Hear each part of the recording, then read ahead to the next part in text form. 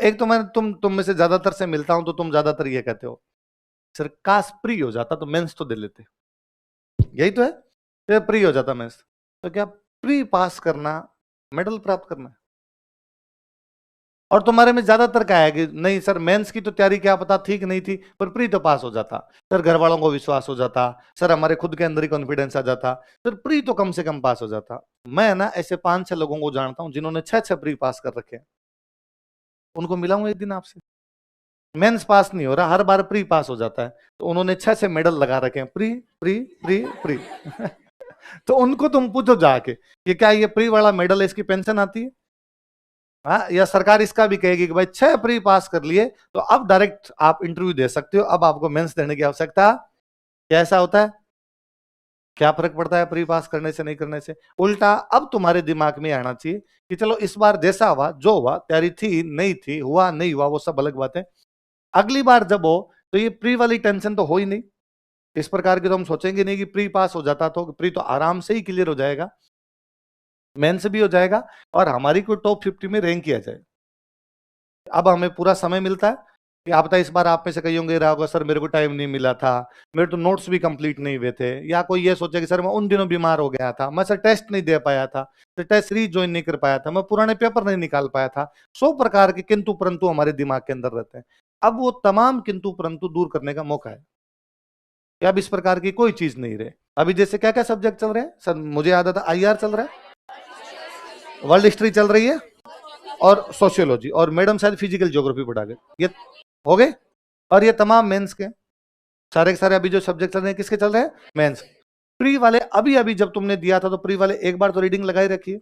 कोशिश ये किया जाए कि जो मेंस वाले चल रहे हैं इनके डेली, कोई भी जो चले, इनके डेली 2-2 आंसर लिखने। कैसा कभी नहीं जाए कि वर्ल्ड हिस्ट्री के हम 2 आंसर नहीं लिखें, एक 50 शब्दों का, एक 100 शब्दों का। फिजिकल ज्योग्राफी उसके 2 लिख लिए, एक 50 शब्दों का, एक 100 शब्दों का। यदि आप दो दो आंसर डेली लिखते हो तो 3 सब्जेक्ट चलते हैं, तो कितने आंसर हुए? 6। एक महीने में कितने हुए? 180। यदि आप 12 महीने तक अपना मान के चले कि अपने 7-8 महीने तक और बेच चले, या 10 महीने तक और बेच चले, हमारे पास क्वेश्चन होते हैं 1800। इतने ही होते हैं क्वेश्चन, खत्म हो जाएगा सब कुछ। तुम जब भी कभी मेंस दोगे, केवल खुद के क्वेश्चन आंसर भी पढ़ के जाओगे ना, तो ही 12-25 है। कुछ भी नोट्स वोट्स पढ़ने की आवश्यकता नहीं होती। पर हम क्या उन बेसिक चीजों की तरफ ध्यान नहीं दे पाते। अब भी है ना, आप वैसे ही करते रहते हो, इन चीजों को याद करते हो, आंसर लिखते हो नहीं। या ज्यादातर तो आजकल उस मोड के अंदर आ रखे हैं कि ठीक है क्लास चले जाएंगे आ जाएंगे, क्लास चले जाएंगे आ जाएंगे, कि ठीक है सर मन तो लगता नहीं, पर अब रूम पे बैठे बैठे क्या करें, क्लास आ जाते हैं, सर थोड़ी बहुत बात बताते हैं, सुन ले तो ठीक है, नहीं सुन ले तो ठीक। कई यहाँ कहते हैं सर वापस जाकर घर पे पढ़ने तो लगते हैं पर याद ही नहीं कर पाते।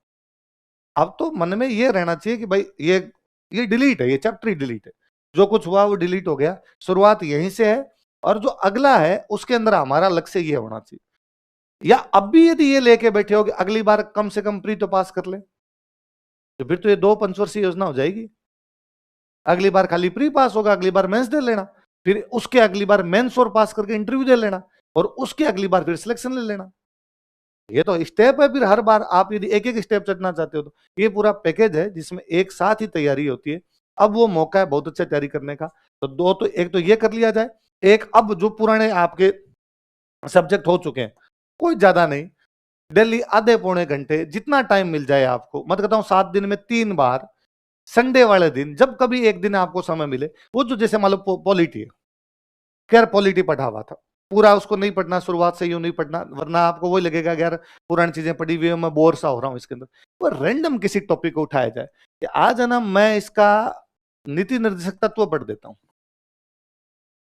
मैं डायरेक्टिव प्रिंसिपल्स है वो पढ़ लेता हूं, और केवल उन प्रिंसिपल्स को पढ़ लो, और उनके जितने पुराने क्वेश्चन ऑब्जेक्टिव आ रखे हैं वो निकाल लो, छोड़ दिया उसको, अपना पढ़ा हुआ है। अब आपको कतई आवश्यकता नहीं कि मूल अधिकार पढ़ के ही नीति तत्व समझ में आएंगे, अब यूं ही समझ में आ जाएंगे, आप जानते हो खूब सारी चीजें इधर उधर की। अब ये शांति काल है, शांति काल में आप दिमाग लगाओगे कोई ना कोई चीज उठेगी, आप उनमें देखोगे कि यार ये अमावस्या को और पूर्णिमा को जवार भाटे ऊपर नीचे होते हैं, है ना, समुद्र की जो लहरें हैं वो कब ज्यादा होती है?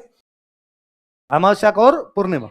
इस बार नोटिस करना, जब तुम्हें कभी यूं ज्यादा लगता हो कि दिमाग खराब हो रखा, आप नोटिस करना ज्यादातर टाइम में अमावस्या पूर्णिमा मिलेगी। शरीर जल से है, शरीर में जल ही जल है, उथल पुथल करेगा वो। वहां उठ के बैठ जाता है या अंदर ही अंदर उठ रहा होता है। आपको सुसाइड केस भी देखेंगे ना खूब सारे, उनमें ये मिलेगी। सोचेंगे तब ये चीजें जुड़ेगी, इधर उधर के कोई लिंक जुड़ेंगे कि हाँ यार ये भाई पानी तो है, पानी में तो वो प्रतिक्रिया दिखाई दे रही है वहां पर। तो कुछ ना कुछ इस प्रकार की जो भी चीजें हैं, पर ये शांति काल है। इस शांति काल में केवल अब आप अभी भी यदि वैसे याद करते हैं कि नोट्स लेके बैठ गए और नोट्स लेके इनको वापस, तो वो तो प्री में याद किए ही थे, क्वेश्चन भी वो के वो आए, वैसे के वैसे आए, फिर भी अपने से तो गलत हो गए। अपने को तो ये लगा कि यार लालदास जी के बेटे का नाम था, लालदास जी अविवाहित, ये तो था ही नहीं। भाई सर ने तो क्लास में ये बताया था लालदास जी का बेटा कुतुब खान है, सर ने ये थोड़ी बताया था लालदास जी अविवाहित है, नहीं बताया। तो क्वेश्चन गलत होना ही चाहिए, बेटा होना और अविवाहित होना अलग अलग चीजें हैं। अरे जो तो मैं होता शायद मैं भी गलत कर देता, वहां ऐसा ही लगता है, वहां दिमाग में नहीं आता, वहां लगता है अविवाहित रहे होंगे, संत है, संत ब्याह थोड़ी करते हैं, संत तो अविवाहित होता है भाई साहब, संत ब्याह कर ले, फिर संत होने का मतलब ही क्या निकला। हम आज भी अपने में से कोई मान लो साधु बन जाता है तो हम कहते भाई वो शादी वगैरह उसकी नहीं हुई, उसने शादी गृहस्थ आश्रम में नहीं गया, वो क्या बन गया था, साधु बन गया था, संत महात्मा बन गया था। अपने दिमाग में वही थॉट आता है। अब जब आप पढ़ेंगे उन चीजों को रिलेट करेंगे, यार ये चीज है, अगली बार इस प्रकार का कोई क्वेश्चन आता है तो मैं उसको इस प्रकार से अटेम्प्ट करूंगा। कितनी सारी चीजें पता चलती है। इसलिए यूं गोपाल दास नीरज वाली तरह वापस कि सपनों से मरने से जीवन नहीं मरा करते, उल्टा नई चीजें लानी, इतनी नई बातें पढ़नी, और नई बातें पढ़ के किसी से डिस्कस किया करो, वो सबसे अधिक कॉन्फिडेंस देता है। आपने पढ़ा, आपने पढ़ने के बाद किसी से डिस्कस किया, आप उसको कन्विंस करने में कामयाब रहे, आपने उसको नई चीजें बताई, आपको अच्छा लगेगा। लगेगा नहीं आ रही, आप और मोटिवेशन, आपको लगता है मुझे मोटिवेशन नहीं आता, लाओ ना मोटिवेशन कि 700 लोगों की क्लास है, 800 लोगों की क्लास है, मैं इस बार टॉप 10 में ही आऊंगा। इस टेस्ट का लेके आ जाओ, वो प्री वाला जो मोटिवेशन था ना कि प्री पास करनी है, तो लाओ ना इसके अंदर। आप लाओ ना कि मैं दिल्ली के 2 क्वेश्चन लिखूंगा, सर का दिल्ली जाके माथा कहूंगा कि मेरे चेक करो, और मेरे वाले सबसे अच्छे होने चाहिए। कभी आप लोग जाके विवेक सर से जब चेक करवा रहे थे, मतलब ये वर्ल्ड हिस्ट्री क्वेश्चन, मैं उनको हंस रहा था कि मेरे को अब भी याद आता है कि मेरे वे क्वेश्चन जिनकी दिलीप सर ने सबसे अधिक तारीफें की थी, वो मेरे क्वेश्चन तक याद है मुझे, कि मैंने उनके क्या आंसर लिखे थे और सर ने उस दिन तारीफ कर दी थी। सर ने कहा अरे यार ये आंसर बहुत अच्छा लिखा है, तो 200 आंसर लिखे होंगे तब सर ने 2 की तारीफ की होगी कि 2 अच्छे हैं, 198 तो गलती बताए थे। और सर सबके यूं क्या करते कि सर हमेशा कहते थे कि भाई मैं यदि सबकी आपकी तारीफें कर दूंगा तो फिर तुम अच्छा लिखोगे ही नहीं। तुम अभी तक भी ये करते हो, एक बार एक आंसर लिखा, दोबारा खुद भी नहीं पढ़ते। होना ये चाहिए, आपने आंसर लिखा, सर ने सही गलत बता दिया ना, तो भी दोबारा पढ़ लिया जाए। अभी वो विवेक सर मुझे एग्जाम बता रहे थे कि एक बार कोई आईएएस मेंस का एग्जाम दे रहे होंगे, दिलीप सर को पास टेस्ट देने जाते, तब कम ही लोग होते आईएएस मेंस में, तो और कम होते, तो टेस्ट देने वाले से 15 लोग हैं, तो 15 लोग वहीं आके बैठ जाते, हाथों हाथ उनको बोर्ड पे क्वेश्चन लिखवाते हैं, आंसर लिखो, और फिर कोई कॉपी चेक नहीं होगी, दिलीप सर आएंगे आगे एक एक से खड़ा करेंगे, तू बताओ तुम बताओ तुम बताओ, हाथों हाथ ही बता देंगे तेरा सही है तेरा गलत है। उस दिन सर कोई क्लास में हो गए लेट, तो नवीन जी को कहा कि इनको आंसर क्वेश्चन लिखवा देना कुछ। नवीन जी ने पूछा भाई कौन कौन से टॉपिक वर्ल्ड हिस्ट्री में गया है, तो नवीन जी ने 3 क्वेश्चन तीनों पुनर्जागरण के लिखवा दिए। तो नहीं देख पाया अलग अलग लिखवाने, उनको इस सिलेबस की जानकारी नहीं, उन तीनों पुनर्जागरण के लिखवा दी।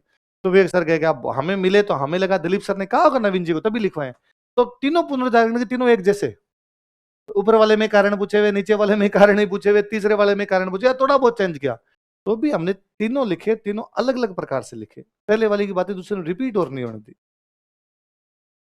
ये वहां दिमाग चलता है कि नहीं यार ये होना चाहिए ना कि भाई पहले वाले में चीजें लिखी, इनको दूसरे प्रकार से इसमें लिखेंगे, तीसरे में तीसरे प्रकार से लिखेंगे, क्योंकि उस दिन सबसे अधिक क्रिएटिविटी निकल के सामने आई थी कि हाँ ये क्रिएटिव चीज है, इसको ऐसे लिखा जा सकता, ऐसे लिखा जा सकता, ऐसे लिखा जा सकता।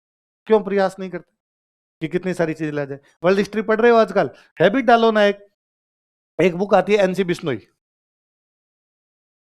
मार्केट में मिल जाती है, बहुत पतली सी बुक आती है एनसी बिश्नोई की, या एनसीईआरटी तो आजकल अब वाली तो इतनी अच्छी नहीं आती, पुरानी वाली यदि एनसीईआरटी मिल जाए किसी को वर्ल्ड हिस्ट्री की, तो पुरानी एनसीईआरटी। हैबिट डालो कि कितने चैप्टर है अपने इसमें, एक है पुनर्जागरण, एक है धर्म सुधार आंदोलन, एक है औद्योगिक क्रांति, एक है फ्रांसीसी क्रांति, एक है नेपोलियन, एक है फर्स्ट वर्ल्ड वॉर, एक है सेकंड वर्ल्ड वॉर, एक है उपनिवेशवाद, रूस की क्रांति थोड़ी है, अमेरिकी क्रांति यही है, रूस चीन की क्रांति थोड़ी है। अब है ना, मान लो कितने टॉपिक टॉपिक कितने मुझे बताओ, 7 मान लो ना, ये 7 टॉपिक है। आप कोशिश करोगे इन 7 टॉपिक के मुझे कम से कम एक एक के 7 कोटेशन याद होंगे। साथ साथ पुनर्जागरण के 7 कोटेशन याद होंगे, धर्म सुधार आंदोलन के 7 कोटेशन याद होंगे, औद्योगिक क्रांति से संबंधित 7 कोटेशन याद होंगे। मतलब मुझे वर्ल्ड हिस्ट्री के 50 कोटेशन याद करने और मेरे रजिस्टर के अंदर लिख के रख लेना। अब 100 शब्दों का कोई क्वेश्चन आ जाए, वो मेरा कोटेशन से शुरू हो गया, कोटेशन भी खत्म होगा। होता क्या है, एक तो ना मैं कोई बात कहता हूं कि यार मैंने ये कहा, एक मैं वही कहता हूं मैक्स मुलर ने कहा। फर्क है ना। आप कहते हो नॉर्मल चीज है ना कि महिला और पुरुष दोनों समान होते हैं, समाज इनके बिना नहीं चल सकता है। वही हम कहते हैं गांधी जी के अनुसार महिला तथा पुरुष समाज के 2 पहिए हैं। अपने वाले मेरे इसमें क्या अंतर है, पर वो गांधी जी ने कहा, उस बात की वैल्यू हो जाती है, इतना सा फर्क पड़ता है और कुछ। मैं भी तो आगे कहता हूं एक पेपर फेल होने से कोई फर्क नहीं पड़ता, जिंदगी लंबी पड़ी है, पर ये अच्छा नहीं लगता। गोपाल दास नीरज ने कहा कुछ सपनों के मरने से जीवन नहीं मरा करते हैं, और लगता है नीरज कह के गए को ढंकी बात ही कह के। और ये कि आप खुद भी कहते रहते हो, आप दूसरे कहते हो क्या हो गया एक पेपर फेल हो गया तो अगली बार तो पूरा पास कर लेंगे, आप भी तो नीरज की बात ही तो बोल रहे हो, पर वहां पर नहीं आती। आप कोशिश करेंगे अपने 7-7 कोटेशन सबकी याद करनी है, 7-7 कोटेशन सबकी याद करनी है, तो कितनी कोटेशन होगी 50 मिलेगी आपको कोटेशन। जैसे किसी राइटर का कहा हुआ स्टेटमेंट, कोई भी स्टेटमेंट आपको मिलेगा कि धर्म सुधार आंदोलन के बारे में कोई स्टेटमेंट मिलेगा कि मैं भूल गया, आप तो एक बड़ा शानदार सा स्टेटमेंट याद किया करते हैं कि धर्म सुधार आंदोलन ने जो अंडे दिए थे मार्टिन लूथर किंग ने उन अंडों को सेया था। धर्म सुधार आंदोलन ने जो अंडे दिए थे मार्टिन लूथर किंग ने उन अंडों को सेया, सेया मतलब उनको पकाया, तैयार किया, है ना भाई। अंडा कच्चा था, उसको कई दिन तक उसकी देखभाल की थी। अब इसका मतलब है धर्म सुधार आंदोलन से जो चीजें आई थी मार्टिन लूथर उनको और आगे लेके गए। तो जहां मार्टिन लूथर किंग के बारे में हम लिखना पड़ेगा, हम लिखेंगे कि मार्टिन लूथर किंग का धर्म सुधार आंदोलन में यह योगदान है कि धर्म सुधार आंदोलन ने जो अंडे दिए थे मार्टिन लूथर किंग ने इन्हें सेया था। तो एक अच्छा स्टेटमेंट बनता है अपने आप में। औद्योगिक क्रांति के बारे में, पुनर्जागरण के बारे में हालांकि विवेक सर लिखवाते ही होंगे, पर हम नॉर्मल लिखते हैं पुनर्जागरण का पूरा आंसर, प्रभाव लिखने थे पुनर्जागरण, सारे प्रभाव लिखे, लिखने के बाद के इन प्रभावों के अतिरिक्त हम ये कह सकते हैं कि पुनर्जागरण केवल इन प्रभावों तक सीमित नहीं था, वास्तविकता में तो वह भूगोल तथा मानव की खोज था। Discovery of world and discovery of human, मनुष्य की और विश्व की उस समय खोज था। आपने सारी बातें लिखी, लास्ट में इस प्रकार की कोई एक लाइन लिख गए, आपने चीजें बहुत सही कर दी। अमेरिकी क्रांति थोड़ी पढ़ा दी, पुनर्जागरण चला। अमेरिकी क्रांति पढ़ते मेरे को अब भी याद आता, अमेरिकी क्रांति में एक आता था कि पेड़ जब पक जाते हैं तो फल जब पक जाते हैं तो पेड़ से गिर जाते हैं, फल जब पक जाते हैं तो पेड़ से साधारण सा स्टेटमेंट है, पर अमेरिकी क्रांति के बारे में लागू होता था कि अमेरिका अंग्रेजों के अधीन था, पर अब वो पक गया था, अब उसको अलग होना ही था। आप उसको रोके, उपनिवेश उन पके हुए फलों के समान होते हैं जो समय आने पर अपने पेड़ों से अलग हो जाते हैं। अमेरिकी क्रांति के कारण सारे लिखे, लिखने के बाद नीचे लिखा और जैसा कि फलान जी ने कहा है, उपनिवेश उन पके हुए फलों के समान होते हैं जो समय आने पर अपने पेड़ों से अलग हो जाते हैं। एक अच्छा स्टेटमेंट लिखा, मुझे याद है उसमें पता नहीं किसका स्टेटमेंट है, एक बहुत अच्छा स्टेटमेंट है कि क्या ये अचरज की बात नहीं है कि एक द्वीप एक महाद्वीप पर राज करता है। ब्रिटेन एक द्वीप है, अमेरिका है कि महाद्वीप है, तो कहता है क्या ये अचरज की बात नहीं कि एक द्वीप एक महाद्वीप पर राज करता है। अब आया अमेरिकी क्रांति के कारण बताओ, तो उन कारणों के अंदर बाकी सारे कारण लिखे, फिर लिखो कि अमेरिका वासियों में अब ये भावना भर गई थी, जैसा कि फलान जी कहते हैं, क्या ये अचरज की बात नहीं कि एक द्वीप एक महाद्वीप पर राज करता है। इनको बुरा लगने लग गया था, अगर ऐसे कैसे हो सकता है, हम इतने बड़े महाद्वीप है, हम तो लेके बैठे हैं इतनी सारी जगह, और इतनी दूर एक इतना सा है और ये बैठ के यहाँ पे राज करता है। यार आज के बाद ये राज तो अपने कम से कम क्या कर देना चाहिए, समाप्त कर देना चाहिए। एक स्टेटमेंट हुआ कारण सबके कि मान लो एक टॉपिक है पुनर्जागरण, एक टॉपिक पुनर्जागरण में क्या क्या अपने पास, एक है कारण, एक है परिणाम, एक है विशेषता। मोटी मोटी तीन ही चीज है। या पुनर्जागरण का किन किन क्षेत्रों में प्रभाव था, यही तो है पुनर्जागरण में, और थोड़ी इसके अलावा कुछ थोड़ी। कारणों के 2 कोटेशन, परिणाम के 2 कोटेशन, विशेषताओं के 2 कोटेशन मिल जाएंगे। एनसी बिश्नोई के अंदर तो बाकायदा पीछे अलग से कोटेशन लिखे हुए हैं कि पुनर्जागरण के अलग से कोटेशन कौन कौन से हैं, धर्म सुधार आंदोलन के अलग से कोटेशन कौन कौन से हैं, विद राइटर का नाम। हैबिट डालिए कि अपने ज्यादा नहीं करने, अपने दिल्ली के 2 कोटेशन याद करने। दिल्ली के ढो की तो महीने के 60 होते हैं, अपने को तो 49 याद करने। मैंने कहा 60 टॉपिक के साथ साथ ही करने, और आंसर इतने प्यारे लिखे जाएंगे जिसके हद नहीं। अभी तो अपने क्या दिमाग लगाना पड़ता है, 100 शब्दों में भरूं कैसे, कई बार हमें लगता है यार इतने वर्ड थे, अब लिखूं क्या इसके अंदर, कुछ ही दिमाग नहीं लगना। 15 शब्द ऊपर वाले 15 नीचे वाले ये तो आते हैं, बीच वाले 70 बनने हैं। ये तो मैं पहले से तैयार किए बैठा हूं, मैं नहीं कहूंगा फलान जी के मुंह से मैं कहलवाऊंगा, कह रहा मैं रहा हूं, मैं नहीं कहूंगा, मेरी तरफ से फलान जी बोलेंगे, फलाने, होता क्या है, जैसे मैं मान लो वर्ल्ड हिस्ट्री का टीचर हूँ, तो मुझे वो नाम बहुत अच्छे लगते हैं। मुझे लगता है अच्छा ये बेंजामिन फ्रैंकलिन को भी जानता है, इसने उसका कोटेशन कोट किया। अरे यार इसने जेम्स मिल का कोटेशन कोट किया। अरे यार इसने एक वो फलानी मैडम थी जिसने औद्योगिक क्रांति के बारे में कहा था, उसका कोटेशन कोट किया इसने। तो उस पढ़ने वाले को बहुत अच्छा लगता है। वो बाकी लोगों को उस आंसर में नंबर दे रहा था 10 का था, आंसर दे नंबर दे रहा था 3.5 4 3.5 4, आप थोड़ा ज्यादा, उसको लगता नहीं ये थोड़ा ठीक है, मैं इसको 5.5 दे देता हूँ। कुछ ही नहीं किया आपने, 1.5 नंबर ज्यादा लिया। मैं कहता हूं ऐसे दो कोई क्वेश्चन, 40 क्वेश्चन आते हैं एक पेपर में, ऐसे दो कोई क्वेश्चन जिनमें आपने 1.5 नंबर एक्स्ट्रा ले लिए, तो कितने नंबर हुए? 3। 4 पेपर में कितने हुए? 12। खेल खत्म होता है इतने में। 1.5, मैं कहता हूं आप तो, आपको सर 1.5 तो ज्यादा होगा, 1.5 नंबर क्यों दे देगा? 4 के 4.5 दे देगा, आधा नंबर तो है। मतलब यदि थोड़ा सा आप राइटिंग प्रैक्टिस ढंग से करते हैं, कोई 5 क्वेश्चनों में आधा आधा नंबर लेने में कामयाब रहते हैं। 5 क्वेश्चनों में आधे आधे नंबर लिए तो आपके नंबर कितने हुए? 5 ढाई, 4 पेपर के 10, 10 12 नंबर का खेल होता है। या अभी मेंस का रिजल्ट जिनके आया है उनको आप पूछ लीजिए कि जो कट ऑफ से नीचे है उनके कितने के नीचे है। 5 नंबर, 7 नंबर, मेरे को शाम को डेली जितने बच्चे मिलने के लिए आते हैं उन सब का यही, सर 2 नंबर कम रह गए थे, सर 3 नंबर कम रह गए थे, सर 4 नंबर कम रह गए, 10 नंबर और आते सर हो जाता, सर हिस्ट्री का पेपर तो अच्छा हुआ था, पता नहीं नंबर कम क्यों आ गए। थोड़ी सी एक्स्ट्रा मेहनत से ये सब चीजें लाई जा सकती। यही जिनका अब हो गया सिलेक्शन इंटरव्यू में, मान लो मेरिट 262 गई है, इनमें से भी तो कई ऐसे हैं जिनके 263 या 64 है, जो अभी वापस आने बाकी है। ये भी तो आएंगे, थोड़े दिन एसडीएम बन के घूमेंगे, बाकी आना तो वापस यही है इनको भी। उनके भी यही है कि उनके भी 10-10 और आते तो 63 की 73 होते, अभी इंटरव्यू दे के वापस आएंगे, वरना सेलेक्ट हो जाते हैं। जो सेलेक्ट हो जाएंगे उनके भी होगा कि 10 नंबर और आते तो ऊपर वाली रैंक आती है। वो तो सब जगह फायदा दे रहा है आपको एक, और आप इस प्रकार की चीजों को जब रिलेट करके पढ़ते हैं, कोटेशन याद करते हैं, प्री में बहुत ज्यादा हेल्प मिलती है, चीजें जुड़ती है। अभी क्या हम प्री के फैक्ट को सीधा सीधा याद करने की कोशिश करते हैं, एक कोई चीज है उसको सीधा सीधा याद कर ले, क्योंकि हमारे पास समय उतना ही होता है, उनको उसी हिसाब से पढ़ते हैं। आप जब चीजों को रिलेट करके पढ़ोगे तो चीजें, वो जो आप कहते हो ना एग्जाम में सर सिली मिस्टेक हो गई, पता नहीं कैसे मैंने कर दिया था सर इसको अटेम्प्ट, मैं करना नहीं चाहता था फिर भी मैं लगा के आ गया था, वो नहीं लगाओगे। वो धैर्य आता है, वो चीजें आप समझने लगते हो कि नहीं यार ये नहीं करना, ये नहीं करना, ये नहीं करना। एग्जाम में क्या आना चाहिए उससे ज्यादा क्या आता है, इससे ज्यादा महत्वपूर्ण क्या नहीं आता, तो अपने को पता रहता है कि यार ये नहीं आता, ये नहीं आता, ये नहीं आता, जो जो नहीं आता वो नहीं करेंगे। वरना स्टूडेंट ऐसे क्वेश्चन पे भी अटेम्प्ट कर जाता है जो उसने सुना भी नहीं, पर वहां बैठे बैठे उसको लगता है कि नहीं नहीं मैं इसको कर ही लेता हूँ। एक और, आप खूब सारे बच्चे पहले ही मेरे से पूछते, मैं नीचे वाले बच्चे में बता रहा था कि बच्चे खूब सारे आगे पूछते कि मेरिट कितनी जाएगी, अटेम्प्ट क्वेश्चन कितने करने, क्या बताया जा सकता है क्या पहले किसी को? इसलिए खूब सारे बच्चों के दिमाग में था पिछली बार 100 गई थी, इस बार 110 जाएगी।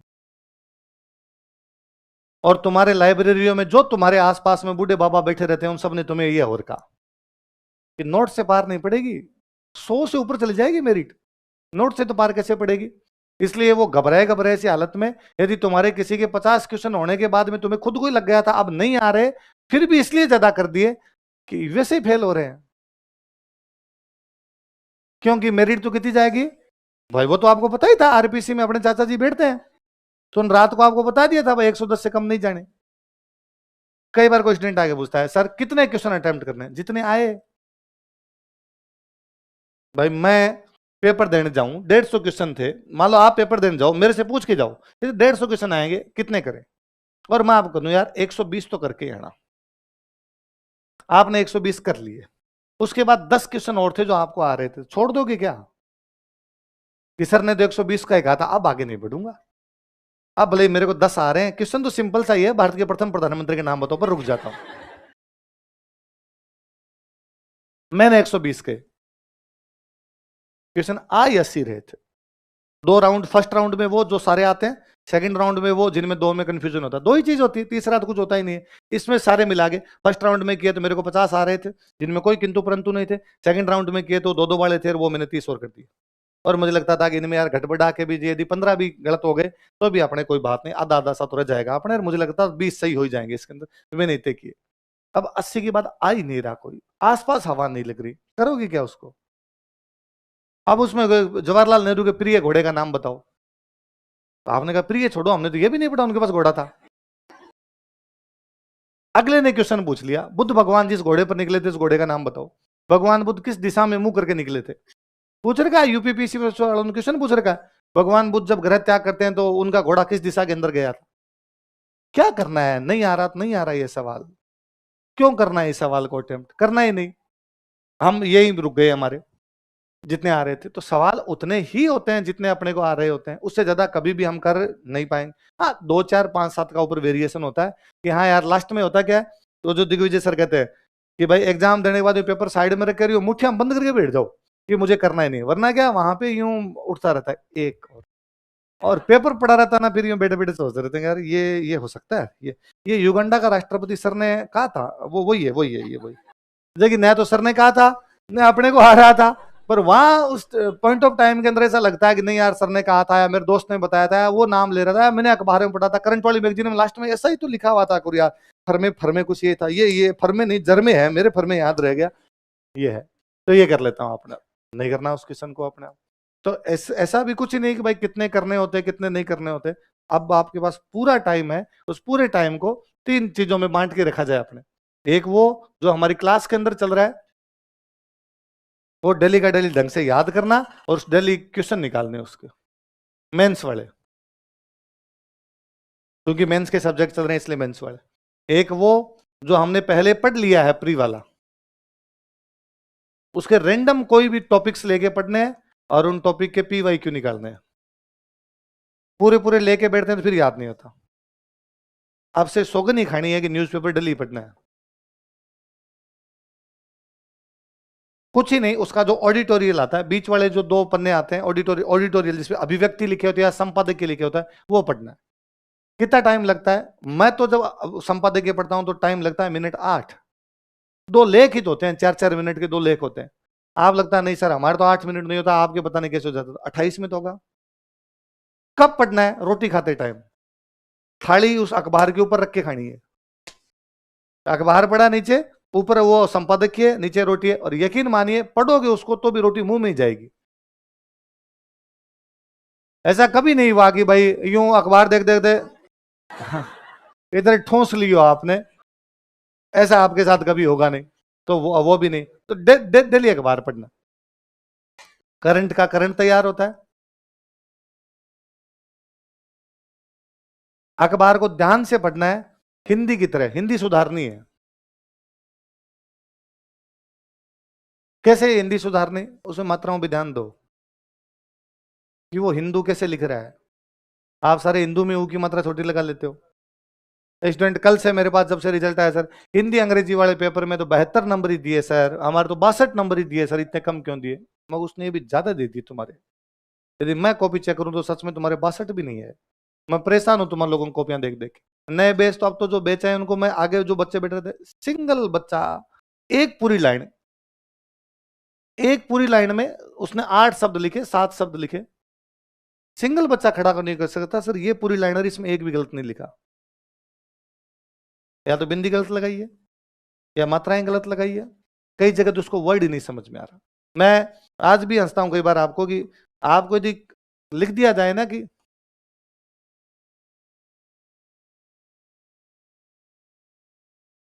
तुमको ज्यादातर को अर्थ नहीं पता कि मुखर क्या होता है, जबकि हम आंसर लिखते तो खूब सारे लिखते। एक्सप्रेसिव, कि वो बहुत ज्यादा कोई एक्सप्रेसिव होता है खुद को कि नहीं मैं ऐसा कर लूंगा। अग्रेसिव जो नेचर होता था हम कहते हैं वह उसका विचार मुखर रूप से सामने आए, वह इस बात को मुखरता से रखता है। अखबार में ऐसे वर्ड लगातार आते हैं, हर चौथे पांचवें दिन इस प्रकार के वर्ड आते हैं। उन वर्ड की लिस्ट बनाई जाए कि यार ये कौन कौन से वर्ड इस प्रकार के है, यार ये वर्ड आया मैं इसको कहीं ना कहीं यूज लूंगा। मैं भले इसको पर्यावरण का लेख लिखूं उसके अंदर यूज ले लूंगा, मैं कहीं इसको दूसरी जगह कोई आएगा वहां पे यूज ले लूंगा। मुझे अभी थोड़े दिन पहले किसका प्रीति चड्डा या किसका था, कोई बॉम्बे के एक महिला पुलिस अधिकारी रहे थे और उनका एक महिला सुरक्षा पे आर्टिकल था भास्कर के अंदर। मैंने इंटीग्रेटेड बैच के अंदर बच्चों को डिस्कस करवाया था, मैं तैयार करके लेके गया था। मैं यार ये टॉपिक सोशियोलॉजी के अंदर पूछते हैं, महिला सुरक्षा वाला टॉपिक कहीं ना कहीं आईएएस के अंदर पूछ लेते हैं, आरएस में पूछ लेते हैं। ये टॉपिक करंट का टॉपिक है, ये टॉपिक को इंटरव्यू में पूछ ले कि जब आपको कहीं का डिप्टी बना दिया जाए, महिला सुरक्षा से संबंधित क्या क्या चीजें, वो रही है एसपी है वो। तो उन्होंने खूब सारे, तो मैंने देखा उनकी खूब सारी चीजें जो थी वो, कि मुझे लगा कि हाँ यार ये कितना सही बताया। उन्होंने बताया कई बार पुलिस आज भी उन जगह पे गश्त लगाती है जो उनको पहले से यूं किसी टाइम से चले आ रहे थे कि यार यहां पर क्राइम होते हैं, तो पुलिस वहां पर हमेशा गश्त लगाती है। हो सकता है आप कुछ नए ठिकाने हो गए हो जिन जगह पे ज्यादा होती है, इसलिए पुलिस को वहां पर भी अब गश्त लगानी चाहिए। ऐसे खूब सारे पॉइंट, हम 10 पॉइंट लिख लें। जब कभी आ जाए महिला सुरक्षा, उस दिन हमें अलग से किसी किताब में, किसी मास्टर से, किसी नोट से पढ़ने की आवश्यकता नहीं। वहां से जो लिखे हुए थे हमने लिख लिए सारे के सारे।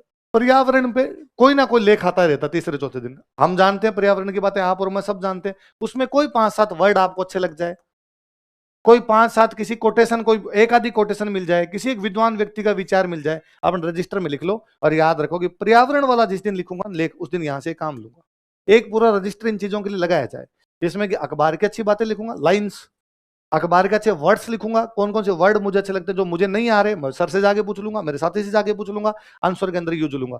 और एक वर्ल्ड हिस्ट्री की कोई भी कोटेशन मिले। हिस्ट्री तो पूरा कोटेशन का खेल है। आप लक्ष्मीकांत पढ़िए, उसमें पॉलिटी में खूब सारी कोटेशन मिलेगी कि मूल अधिकारों, लक्ष्मीकांत में बाकायदा लास्ट में कोटेशन है अलग से, याद कीजिए, ज्यादा नहीं करनी। मूल अधिकारों की 2 याद कर ली, कोई डीपीएसपी थी उनकी 2 याद कर ली, राष्ट्रपति की शक्तियां थी उनकी कोई 1 याद कर ली। तो एक एक दो दो, एक एक दो दो याद करेंगे, वो खूब सारी हो जाएगी, आप आराम से लिखने में काम लेंगे उनको। तो चीजें अलग कैसे की जा सकती है, वरना तो क्या है, अभी जो तुम पढ़ते हो ना, तो तुम्हें लगता है पढ़े थे ना हम तो प्री में, उसमें कुछ ही नहीं हुआ। जब तक बंदा नई चीजें नहीं सीखता, नई चीजों की तरफ नहीं जाता, तब तक वो इंडर मोटिवेशन जो होता है, वो मोटिवेशन नहीं आ पाता। वो मोटिवेशन नई चीजों से आएगा। बड़ी बड़ी चीजें करते हो तुम, ऐसा कर चुके हो, या मैं ही भाषण दे रहा हूं फालतू, या तुम कहते हो सर हमने तो ये करना शुरू कर दिया, फेल हुए उसी दिन ही, उस दिन से तुम यूं हो, है ना, कंधे पहले ऐसे होते थे, अब तुम्हारे आगे है। क्या फर्क पड़ता है यार। कभी और सोचो, कट ऑफ गई 71, तुम्हारे किसी के हैं 69, किसी के 70, जो पास हुआ उसके 72, 73। कोई जमीन आसमान का फर्क है क्या। वो जो पास हुआ उसके अलग से मोती थोड़ी है। ठीक है, 2 क्वेश्चनों में उसका भेजा ठीक काम कर गया था, तुम्हारा ठीक काम नहीं किया, इतनी सी तो बात है। इसलिए वो लाइन के उधर है और आप लाइन के। मैं जब आप पहले दिन मैंने आप क्लास ली थी, मैंने तब भी आप कहा था, मैं खूब सारे, मेरे को एग्जाम्पल याद है कि 2010 में हम लोग पहली बार दे रहे थे, उस समय हम प्री पास हुए और हमारे साथी कई थे जो प्री फेल हो गए। इतने थे भाई, 223 मेरिट गई थी, मेरे जैसे कोई के 235 आ गए, किसी के 232 आ गए, किसी के 227 आ गए, तो हम प्री पास। हमारे कुछ साथी थे जिनके 220, 218, 216, वो प्री फेल हो गए। वो दोबारा तैयारी में लगे, हमने मेंस दिया, हम मेंस दे के वापस तैयारी के अंदर लगे। अगले अटेम्प्ट के अंदर उनका फाइनल सिलेक्शन हुआ, खूब सारे लोगों का, क्यों फाइनल सेलेक्ट ही हो गए थे बाद में। बीच में टाइम मिला, आराम से चीजों को पढ़ी, आराम से चीजों तैयार की। पिछली बार 2-4 नंबर का हेर फेर रहा था, अगली बार वो हेर फेर पूरा कर लिया। इतना ही तो हो सकता है, और इसके अंदर क्या हो सकती है चीजें। तो ऐसा भी नहीं कि भाई आप कोई यूं खुद को वैसे ही समझना शुरू कर दोगे, आप तो यार हमारा तो कुछ हो ही नहीं सकता, हमें तो कुछ आता ही नहीं है। एग्जाम था, उस 3 घंटे के दौरान आप में से खूब सारे आग कहते हैं कि सर सब कुछ याद कर लिया था फिर भी नहीं हुआ। उन 3 घंटे के दौरान हमारा मैनेजमेंट बिगड़ा है। या इसको, जैसे मैं हमेशा खुद के लिए मानता था कि जिसका हुआ है ना, वो अपने से थोड़ा ज्यादा पढ़ गया था, या जिसका हुआ है ना, उसका 3 घंटे के दौरान मैनेजमेंट ठीक था और अपना 3 घंटे के दौरान मैनेजमेंट ठीक नहीं था। बस इतना सा फर्क है। इसका मतलब ये नहीं कि वो मेरे से बहुत ज्यादा इंटेलिजेंट है, वो चीजों को मैनेज ढंग से कर गया था और मैं चीजों को मैनेज उतनी ढंग से नहीं कर पाया था। इतना ही उसमें मेरे में उतना ही अंतर बस। ये दोनों तीनों चीजें शुरुआत करनी है। कोई पुराने पेपर जो, पुराने पेपर क्या रहे, पुराने सब्जेक्ट जो हो चुके हैं उनको आज से उठाना है। कोई जो आपको अच्छा लगे सबसे, वो या तो वो जो सबसे अच्छा लगे वो, या वो जो अपने को एकदम नहीं आता उनको करना है। जैसे मैं पॉलिटी इकोनॉमी हिस्ट्री बहुत अच्छे से आते थे, तो या तो मैं जब भी लेके बैठता तो वापस पॉलिटी इकोनॉमी हिस्ट्री लेके बैठता। तो हमारे टाइम तो क्या किताबें पढ़ने वाला रिवाज ही था, क्योंकि डीप में खूब सारे पूछते सब्जेक्ट के, तो किताबें पढ़ाई करते थे। आईएएस के लिए भी किताबें पढ़नी पड़ती। तो फिर जैसे पिछली बार पॉलिटी के नोट्स पढ़ ली, लक्ष्मीकांत पढ़ ली, तब क्या पढ़े, तो क्या डीडी बसु पढ़ लेते हैं, तो वह डीडी बसु देख लेते हैं। पूरी नहीं पढ़नी, डीडी बसु पूरी 700 पन्नों में है, कब पढ़ लेंगे। तो कोई टॉपिक उठाया, यार फंडामेंटल राइट्स अपने को आते हैं, हाँ ढंग से आते हैं। लक्ष्मीकांत ने पढ़े हैं कि हाँ पढ़े हैं, आज डीडी बसु से पढ़ते हैं। डेढ़ उसो इसके बारे में और क्या क्या कहता है उसमें पढ़ेगा। हाँ यार, ये 2 लाइनें तो नहीं मिली यार इसके अंदर, चलो ठीक है। वो ज्योग्राफी थी कि मैम वाले नोट्स तो याद किए हुए, आपने कोचिंग के जो नोट्स है वो तो याद किए। और क्या देखें, एक महेश वर्णवाल बुक आती थी, महेश वर्णवाल पर वो जीके टाइप की बुक आती थी, इसमें ऑब्जेक्टिव ऑब्जेक्टिव टाइप की चीजें आती थी। देख लेते कि यार वर्ल्ड हिस्ट्री में एशिया मैंने याद कर लिया या अपने नोट्स में पहले उत्तरी अमेरिका होता है, तो उत्तरी अमेरिका मैंने पूरा का पूरा याद कर दिया, अब मैं इससे पढ़ता हूँ, उसमें एक आधी बात कोई उत्तरी अमेरिका की एक्स्ट्रा आती कि यार ये एक प्रकार का फल वहां पाया जाता है जो वहां की गर्म शुष्क जलवायु के कारण वहां पर ये पकता है, आपने वो लिख दिया यार ये एक फल अलग होता है, लिख लिया। तो उसके बाद कभी कोई एनसीईआरटी उठाई, उस एनसीईआरटी में कोई एक आधी लाइन उनकी एक्स्ट्रा मिली, वो एक्स्ट्रा लाइन लिख ली, वही नोट्स के अंदर ही लिख ली। ज्योग्राफी में इतनी चीजें हुआ करती थी, बाकी ज्योग्राफी ज्यादातर हो जाया करती थी। इकोनॉमी के थे, इकोनॉमी के रमेश सिंह बुक आती थी, रमेश सिंह वाली से उठा लिया करते। एक मुझे याद है लाल एंड लाल बुक आया करती, किसी दोस्त से वैसे और करते थे कि तू लाल एंड लाल खरीद, मैं रमेश सिंह खरीदता हूं, तो तू रमेश सिंह पढ़ ले, मैं लाल एंड लाल पढ़ लूँ, एक्सचेंज कर लेंगे। थोड़े दिनों बाद तो तू तेरे वाले 4 टॉपिक उसमें दिखा देना, मेरे वाले 4 टॉपिक उसमें दिखा। तुम आपस में शायद लेते ही नहीं होंगे कोई किताबें नोट्स से, इधर खोड़ ले हो, किसी से बात करके राजी नहीं हो पाते। तो मेरे को याद है मेरी कोई भी पुरानी किताब है, या मेरे अभी तक भी अब लाइब्रेरी में खूब सारी किताबें हो गई, उनमें मैं अभी भी निकालता हूँ तो कई किताबों में लोगों के नाम है कि मैं कभी लाया हूँगा, फिर वापस नहीं दी गई होगी, वो यहाँ से चला गया होगा, या हो सकता है जब दी होगी तब मैंने मेरे वाली पकड़ा दी होगी, यार वो तो नहीं मिल रही, या वो तो और तीसरा ले गया, तू एक बार ये ले जा, तो उनपे और किसी के नाम लिखे। अभी मेरे कोई एक फ्रेंड थे, उन्होंने कोई मेरी को 2010 की, और मेरा यूं सुंदर सुंदर अक्षरों में मेरा पूरा नाम लिखा हुआ, और उन्होंने मुझे भेजी, ये आपकी किताब मेरे पास पड़ी थी, अब हम लाइब्रेरी में दे रहे हैं। हम कोई बात नहीं है, लाइब्रेरी में दे देते हो। मैथ्स की बुक, क्विकर मैथ्स आया करती थी, मुझे याद है मेरे को बीच में शौक चढ़ा था कि मैं मैथ्स और अच्छी कर लूंगा, पेपर में नहीं आती, यूं ही, तब आरएस में आती नहीं थी, यूं ही अपने मैथ्स और अच्छी होनी चाहिए, अपने अच्छी और मैथ्स अच्छी होनी चाहिए, कि कोई पूछे क्वेश्चन और अपने हाथों हाथ जवाब दे दे, ऐसी मैथ्स होनी चाहिए। तो एक मार्केट में गया तो वहां पर थी क्विकर मैथ्स, क्विकर मैथ्स में क्विक हाथों हाथ ज्यादा उठा लाया आपने, और 2-4 तो यूं पढ़ लिए, 2-4 आए तो कोई साथ वाला मिला और 2-4 बताया कि ये बता रहे क्या होता है, इसका आंसर बता, इसका आंसर बता, आपने बता दी। बाद में किसी को कोई मैथ्स की बैंक पीओ की तैयारी करने वाला था, उन्होंने कहा होगा यार मुझे बुक लानी, मैंने कहा मत लाना, क्विकर मैथ्स मेरे पास पड़ी, ये ले जाओ, इससे कर लो यार, क्यों रुपए ले। तो उन्होंने भेजा कह रहे कई साल पहले तेरे किताब दी हुई थी, वो पढ़ी है, मैं लाइब्रेरी में गिफ्ट कर रहे हैं। वो ठीक है, टाबर पढ़ेंगे, अपना नाम पढ़ेंगे, सर की किताब है, टाबर राजी होगा।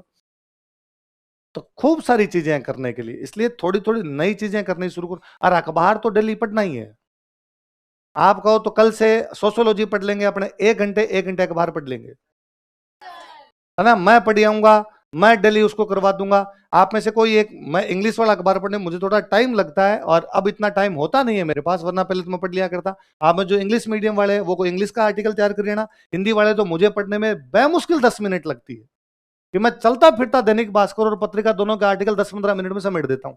यार ये चीजें मैं पढ़ के जाऊंगा, एक आधा कोई आप पढ़ के जाना, आप थोड़ा उसको डिस्कस कर देना, मैं डिस्कस कर दूंगा, हम अगले 12 महीने करंट कर लेंगे।